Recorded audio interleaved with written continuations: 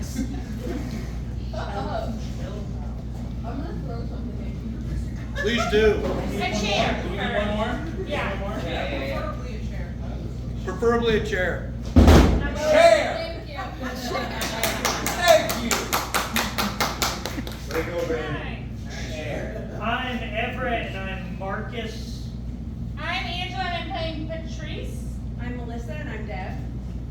I'm Quinn and I'm Glenn, I think. Yes. I'm Ben, and I know I'm Howard. I'm Bailey and I'm reading the stage direction. This is what we're all really here for, guys. Recap of last time. We meet Glenn, a well-meaning therapist with no powers, running a support group in a church basement for people whose magic is more nuisance than him. Howard accidentally starts small fires every time he sneezes and is terrified of intimacy and job interviews. Patrice plants her thinking and is emotionally wrecked by groceries for floral departments. That's also true of Angela. Dennis is 5 minutes into the future for strangers only, which makes everyday life an exhausting prey to near mishap she can't stop. Then Marcus, the quiet one, who always sits slightly outside the circle, admits he's still figuring out what his ability costs and offers, without ever saying what it actually is. At the end of the meeting, Patrice listened to the group's sad little ficus and went pale. The plant knows what Marcus can do, and it's terrified. Everyone turns to Marcus. Episode 2. The ficus has been moved to the opposite corner. Patrice sits closest to it. Before we start, I want to acknowledge last week. I'd rather not. I have been thinking about it all week, and I would genuinely rather just move forward. I looked up whether plants can fill tears. They can. I know. I was hoping that science would tell me otherwise. Marcus, how are you feeling coming in tonight? Really good. Long walk this morning. Weather's been nice. I meant about last week. The ficus seems happy over there. It is not happy over there. Well, I tried. Can we just... The ficus is a problem, not a participant. I will pass that along, but I want to be clear that I don't agree with it, and neither does the ficus. Does the ficus have an opinion about everything? It has very strong opinions about fluorescent lighting and donuts. The donuts. It thinks they're sad. I mean, it's their word, not mine. It's not wrong. Tonight I want to try something called mirroring. I hear each of you with a partner. One person shares something true, something vulnerable, and the partner reflects it back without judgment. The goal is to feel genuinely heard. Who's my partner? I was going to pair you with Marcus. Because of the plant thing? Because I think you two have complementary communication style. That's a very clinical way to say you're worried about the plant thing. Patrice, you're with Deb. I'll float between pairs. No, I'd like to register an objection.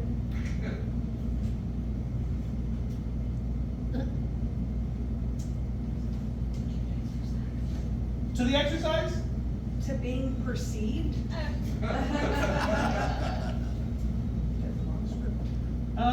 Deb, that's the whole point of the exercise. I'm aware. I'm registering the objection anyways. Noted. Please participate. Yes. Fine. Howard, nothing catches fire. Everyone freezes. Howard looks at his hands. Huh. Did you? Nothing happened. I've been taking a tincture. My cousin makes it. She's not magical. She's just very into herbs. It worked. I think that it worked. Howard, that's wonderful. Yeah. You sit with it for a second. That's genuinely great news. Okay, partners, go ahead and turn toward each other. Patrice and Howard and Marcus face each other. Patrice and Debbie start. I know I'm straight.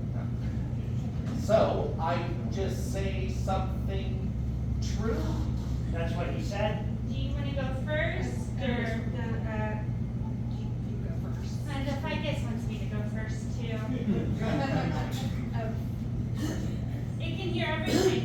It has very strong opinions about Glenn's whiteboard exercises, and it thinks mirroring is derivative. He can hear you. I miss cooking, you know? Just make big dinners for people. Out straight to the stove. You miss cooking for people. Now the stove feels dangerous. Yeah. Yeah. Hey, you're good. I'm trying to think of what to share. Does the ficus have any suggestions? I'm not repeating that. What did it say? It said something about you specifically that I'm choosing to keep between me and the plant. That is somehow worse than that. Yeah, sorry. Go ahead. I'll go. I know what I can do. I've always known. I just don't know what it means yet, and I'm afraid that saying it out loud will make it mean something before I'm ready for it to. You told Glenn that you were still figuring it out. I said I was figuring out what it costs and what it offers. That part's still true. That is an extremely fine distinction. Has anyone else in here ever had something like that? Something they knew but didn't name because naming it would make it Real? yeah. I knew about the fires before it first happened. I thought if I just didn't sneeze, it would never be true. Did that work? I sneezed at my own birthday party. I took out the cake and my aunt's hat simultaneously. I'm sorry. She was fine, and she was a good sport. The cake was not recoverable. It's your turn to reflect it back. You know what you can do. You've always known. You're afraid that naming it makes it real. Yes.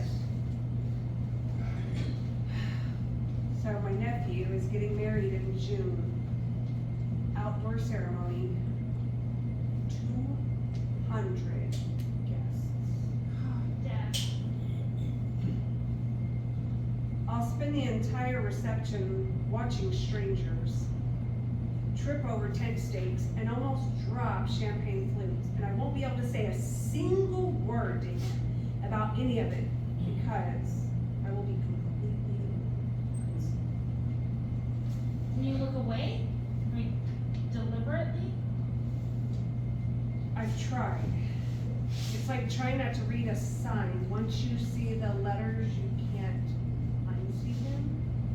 I wore a blindfold to a farmer's market once. Someone led me by the arm. It was a stranger. I could still hear the vegetable smells. Mostly complaints. I mean, Purvis is just a bunch of gossiping bitches. Not surprising. What about the ficus? Does it have any notes? Yes, but I absolutely will not be sharing. Worse than the first thing? It's more specific. I need a donut. Glenn writes growth. He underlines it. He drifts back to the center, please. How's everyone doing? Howard? Fine. Marcus? Really good exercise, Glenn. Do you want to share anything with the group? Not especially. Glenn, hypothetically, if someone in the group knew more than they shared. Is there, what's a protocol? There's no protocol. This is a safe space. Information is shared when people are ready. Right. And if someone in the group felt like, not naming names, that the timeline for being ready was maybe stretched a little. Howard, I'm just asking about protocol. Howard, do you have something you want to say directly? Howard looks at Marcus. Marcus's expression is still pleasant, still unreadable.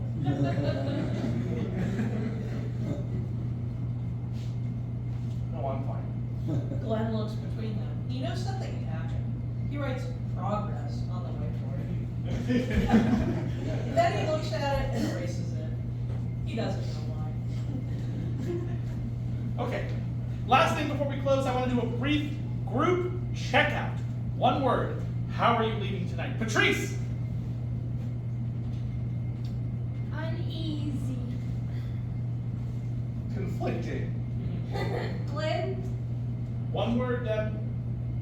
that is one word. Glenn, come here.